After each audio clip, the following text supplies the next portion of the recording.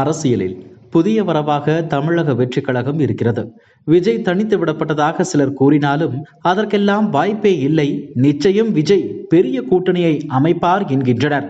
தற்போதைக்கு கட்சியின் அடிப்படை கட்டமைப்பை வலுப்படுத்த வேண்டும் என்ற அடிப்படையில் மண்டல வாரியாக விஜய் சுற்றுப்பயணம் மேற்கொள்ள இருக்கிறார். ஆனாலும் கூட்டணி தொடர்பான பேச்சுவார்த்தைகளும் நடைபெற்று வருவதாக கூறப்படுகிறது. குறிப்பாக தமிழகத்தின் முக்கிய கட்சிகளில் ஒன்றான பாட்டாளி மக்கள் கட்சியுடன் தமிழக வெற்றிக் கழகம் பேச்சுவார்த்தை நடத்தி வருவதாக கூறப்படுகிறது. இதற்கு பின்னணியில் ஜான் ஆரோக்கியசாமி இருக்கிறார் என்கின்றனர் விவரம் அறிந்த அரசியல் பிரமுகர்கள். தமிழகம் முழுவதும் விஜய்க்கு பரீட்சையும் இருக்கும் நிலையில் பாமகவும் தமிழகத்திற்கு புதிய கட்சி ஒன்றும் அல்ல. அந்த கட்சிக்கும் நல்ல அறிமுகமும் வாக்கு வங்கியும் தொண்டர் படைகளும் இருக்கிறது. எனவே பாமகவுடன் கூட்டணி வைக்கலாம் என ஜான் ஆரோக்கியசாமி கூற அதற்கு விஜய் தரப்பும் சம்மதம் தெரிவித்ததாக கூறப்படுகிறது. ஆட்சியில் பாஜக பங்கு கேட்டு வரும் நிலையில் பாமகவும் அதை நோக்கியே பயணிக்கிறது.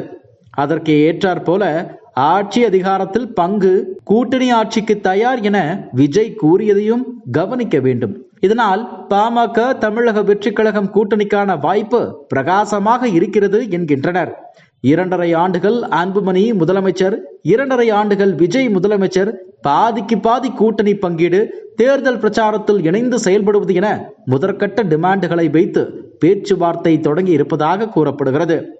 பாமகவுக்கு இருக்கும் அரசியல் செல்வாக்கையும் விஜய்க்கு இருக்கும் பிரபலத்தையும் பயன்படுத்தினால் நல்ல வாக்கு வங்கி கிடைக்கும் என இருதரப்புமே நினைக்கிறது. ஜான் ஆரோக்கியசாமியும் ஏற்கனவே அன்புமணி ராமதாசுக்கு தேர்தல் வியூக நிபுணராக பணியாற்றியவர்தான். 2016 மாற்றம், முன்னேற்றம், அன்புமணி என்ற முழக்கத்தோடு பாமக தனித்து களம் இறங்கியது. தமிழகம் முழுவதும் ஒரே நாளில் போஸ்டர்கள், நாளிதழ்களில் விளம்பரம், சமூக வலைதள விளம்பரம் என அப்போது அது பேசு பொருளானது. அதற்கு பின்னணியில் இருந்தவர் ஜான் ஆரோக்கியசாமி. தற்போது விஜய் கட்சி ஆரம்பிப்பதற்கு முன்னரும் கட்சி ஆரம்பித்ததற்கு பின்னரும் தான் ஆரோக்கியசாமி வியூகங்களை வகுத்து கொடுத்து வருகிறார். அந்த அடிப்படையில் இரு கட்சிகளும் இணைந்து பயணிப்பது என முடிவெடுத்திருக்கும் நிலையில் அதற்கான சமிக்கையாக முதற்கட்ட பேச்சுவார்த்தை தொடங்கி இருக்கிறது என்கின்றனர் விவரமறிந்த இருதரப்பு நிர்வாகிகள். என்ன நடக்கப் போகிறது என்பதை பொறுத்திருந்து பார்க்கலாம்.